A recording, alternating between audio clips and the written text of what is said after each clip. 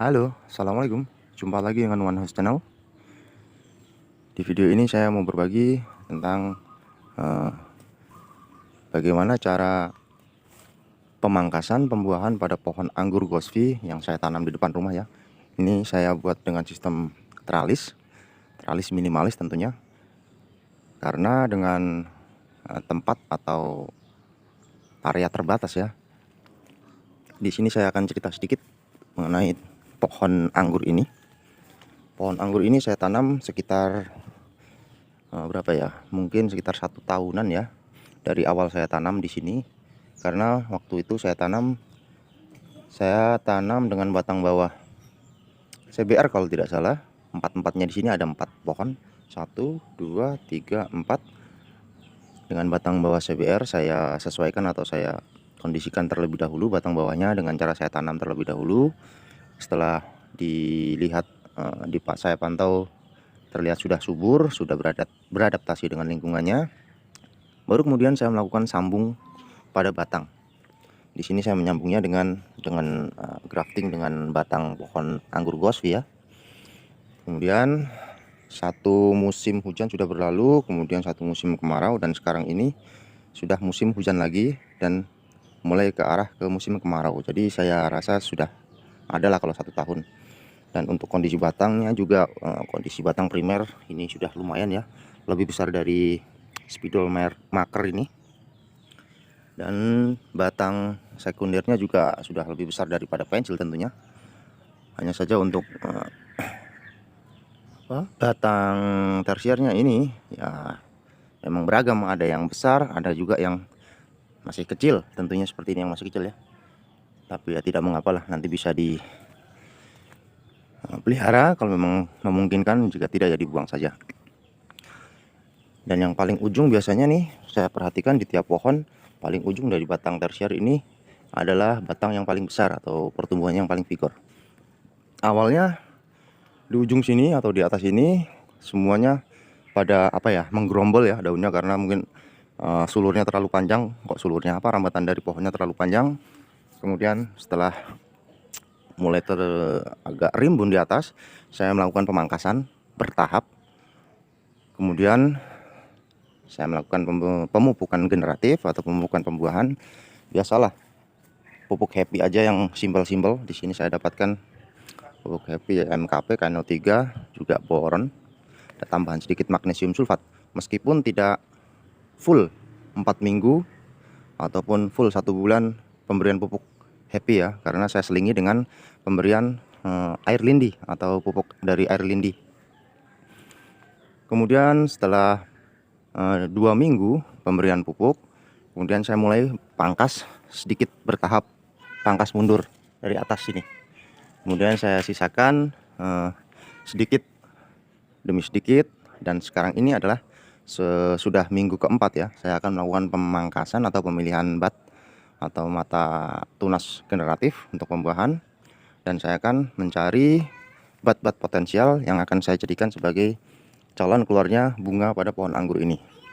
Dan sekarang saya akan mulai untuk melakukan pencarian atau penyortiran batang tersier tentunya, yang akan saya pilih bat-bat generatif atau bat tempat keluarnya calon keluarnya bunga. Dan saya tidak berpatok pada short spur, middle spur ataupun long spur ya, tapi saya akan mencari langsung bat-bat potensial atau bat-bat yang sekiranya besar, saya anggap besar dan berpotensi untuk bisa mengeluarkan bunga ya, yang besar juga tentunya. Jadi saya akan mulai untuk memangkas satu persatu ini karena lumayan banyak, jadi proses pemangkasannya akan saya skip aja ya, langsung ke tahap akhirnya nanti. Kemudian perlakuan apa saja yang akan saya lakukan, ikuti saja ya. Oke, langsung saja saya akan memulai memilah-milih batang atau mata bat yang berpotensi untuk mengeluarkan bunga yang bagus. Yang bagus itu tentunya yang besar. Oke, setelah pemangkasan ya, ini saya sudah melakukan pemangkasan batang tersier. Di sini saya dapatkan beberapa dominan di bawah pembatas dari teralis ini. Ini mungkin jaraknya sekitar berapa ya, antara 60 hingga 70 cm mungkin dari batang sekunder. Ini ya, contohnya. Di sini saya dapatkan tunas yang mata bat yang lumayan bagus di sini, jadi ya terpaksa. Ada juga yang agak tinggi seperti ini karena saya mendapatkannya, saya lihat potensinya agak bagus. Mata batnya agak besar seperti ini ya. Jadi saya pilih untuk melakukan pemangkasan kondisional sesuai di mana mata bat yang bagus, tapi juga tidak melupakan bahwa rambatan saya ini terbatas. Jadi saya setidaknya harus memberikan jarak untuk rambatan nanti setelah ketika dia terubus keluar tunas baru. Kemudian untuk rambatannya sebagai bahan bakar atau sebagai kompornya nantinya ya. Tentunya daun saya membutuhkan daun untuk proses fotosintesis, nanti untuk proses pembentukan buah, pembesaran buah dan juga pematangan buah. Jadi saya sisakan sekitar ini ada mungkin sekitar 80 atau 90 cm dari pembatas tralis ini. Untuk kedepannya lagi mungkin saya akan melakukan pangkas ringan ya. Pangkas ringan maksudnya jika daun atau cabangnya sudah terlalu tinggi di atas ini, kemudian dia mulai menggerombol, saya akan mulai melakukan pemangkasan sedikit demi sedikit untuk mengurangi agar tidak terlalu rimbun, karena media atau tempat rambatan juga sangat terbatas. Dan untuk perlakuan setelah ini, oh ya, ini juga kalau menyisakan beberapa daun atau beberapa mata tunas air yang masih tersisa, saya masih menyisakan ya sebagai cadangan proses fotosintesis atau tempat fotosintesis. Tentunya saya juga masih membutuhkan daun agar dia bisa bertumbuh lebih cepat lagi. Dan untuk perlakuan seperti ini, jika ada tunas kecil seperti ini, sedangkan kita sedang melakukan proses pangkas buah seperti ini ya, untuk tunas-tunas seperti ini mending dikucek saja atau dipangkas atau dibuang, dipotes lah ya. Seperti ini juga nih, ini ada tunas yang baru terubus di tunas air, tentunya ini dipotes saja, dibuang, karena itu bisa mengganggu pertumbuhan atau aliran nutrisi dari bawah ke atas, yang tentunya kita berharap bahwa mata tunas atau mata bat ini nantinya akan pecah secepat mungkin. Namun menurut pengalaman saya sih, kalau tidak menggunakan bantuan dari JPT, zat perangsang tumbuh seperti atonik ya, saya tidak menggunakan atonik, tidak melakukan penyemprotan atonik setelah pemangkasan ini. Jadi saya menunggu sekitar 2 minggu. Sekitar 2 minggu tunas-tunas ini mungkin baru akan pecah, mulai sprout.